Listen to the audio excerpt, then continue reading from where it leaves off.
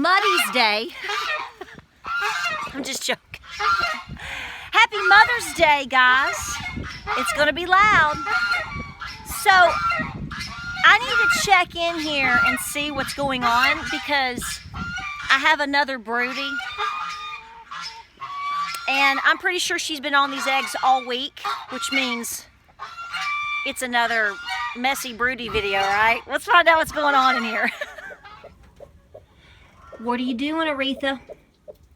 Chain, chain, chain. Chain of eggs. What do you got in there, baby? Oh, my Lord. What are you on? How many? Let me feel. Oh, yes, you're just as warm and gushy and mushy and mommy as can be. Listen to that. Now, this beautiful girl is a chocolate Orpington, and she's already hatched babies for us again. So I left her alone because, again, I like to test my broodies. So here we go again. All right, guys, so here's the deal. So we've done all the afternoon chores. It's Mother's Day. I hope it's been wonderful for you. And we are now out of our rainstorms. We're supposed to have pretty good weather this week. Hope to plant, hope to dry out. That'd be good. But I'm gonna take you somewhere very special because I really hope that it connects you and reminds you and makes you reflect on your journey back to your roots. Get ready for some cold chills. Let's go. All right, guys, so we're gonna take you not too far. I always want to encourage you to claim your roots, dig on your roots. Who are your people? Where do you come from? Because those people and who they were and what they endured is exactly why and how you are who you are today. So to make a very long story very short, first of all, you all know that I'm very big into history and into genealogy and to family history and all of the above. And for the past several years, we've really been digging on it and working on things that, you know, we didn't know, or people we didn't know, and claims that, you know, were made, and we've been able to confirm a lot of exciting things. So here's the deal.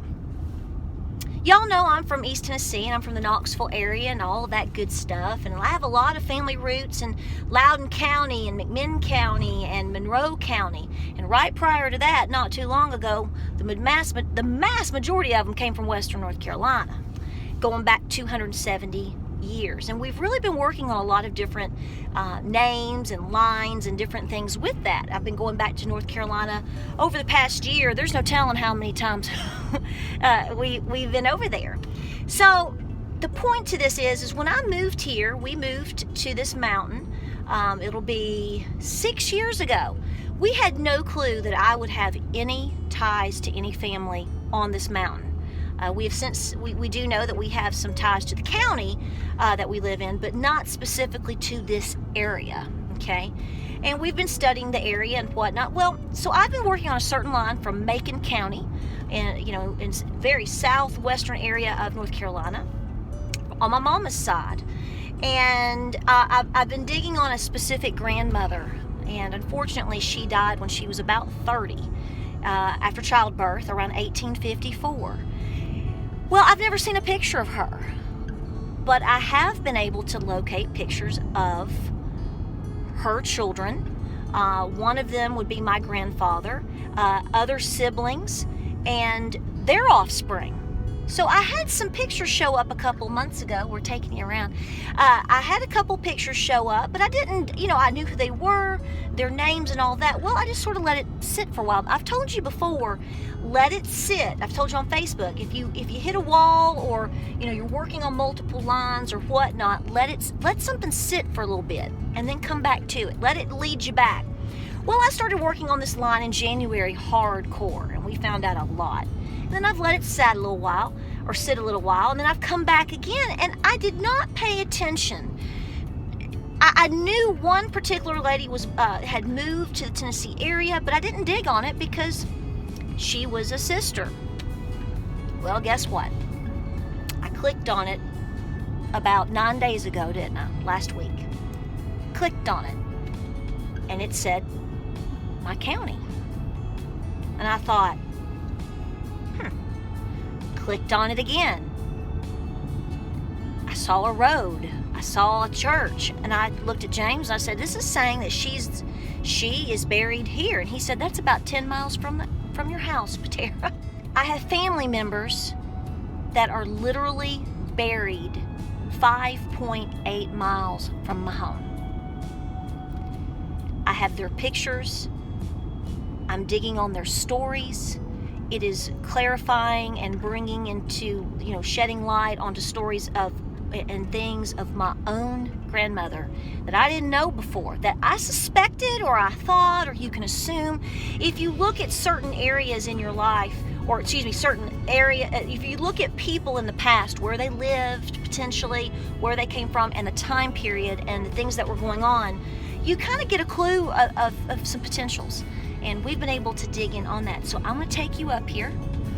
It's very rural, and it is just incredible to know that just 5.8 miles, you have a connection to not only just your family, but you also have a connection to aunts and grandmothers and grandfathers from the past that, frankly, no one in existence right now had ever met. So, let's bounce along and take you with us.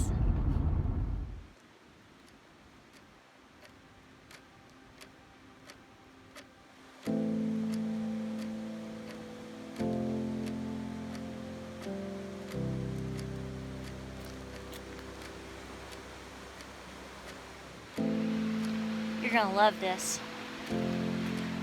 My mind and my heart, my imagination just goes crazy knowing they were here.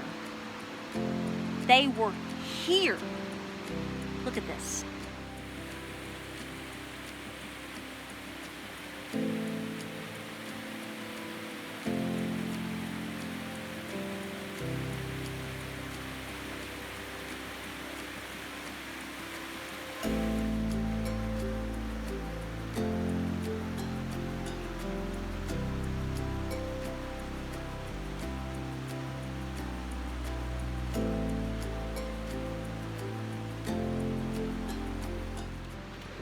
You think I'm crazy doing all this genealogy?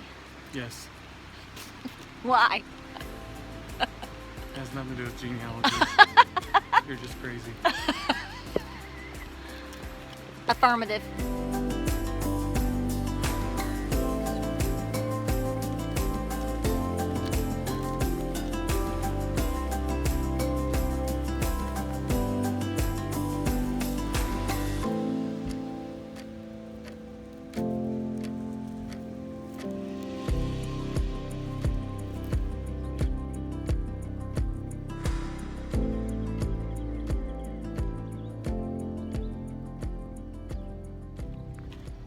So here's what I know.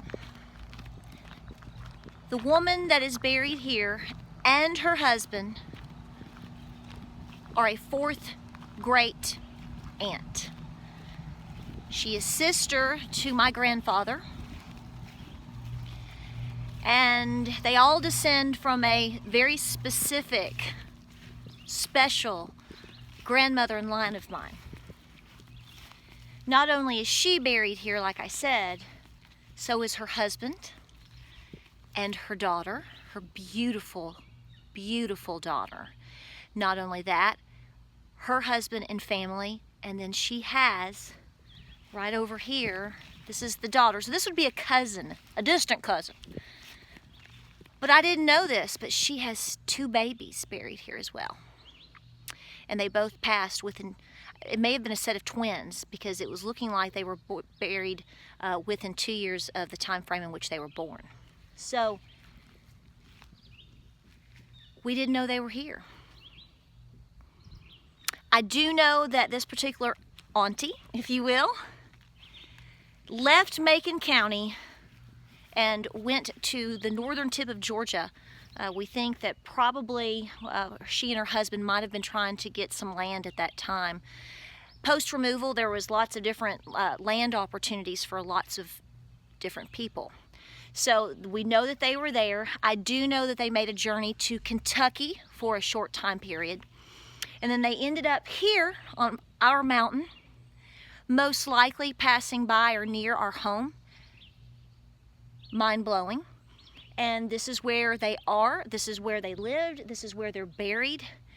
And so I'm on a major search right now. I have not gotten with the church yet, haven't done that yet. And apparently some local folks know some stuff about this, because I want to know if they actually were part of the first individuals that started this church, as she is literally from what we can tell, the second oldest grave here. And again, up until less than 2 weeks ago, I knew her name, I knew her face, I knew where she was born, I knew what her children looked like. And now the story is unfolding, which is continuing to tell me more about my roots, my blood, who we are.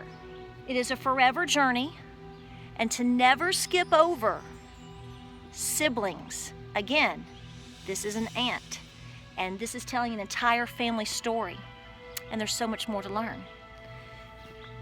So I know this isn't your genealogy, and this isn't your history, and for you folks that aren't into this sort of thing, this may not be your gig, but I hope for somebody out there, I hope the story that we tell and they tell is inspirational to you, because it tells who you are, and you need to always know that you should claim your roots. Thanks for watching. Hit that subscribe button. We have a lot of more exciting videos coming your way. My heart's racing. I brought her flowers the other day, her and her daughter. More to come. We'll see you on the next video.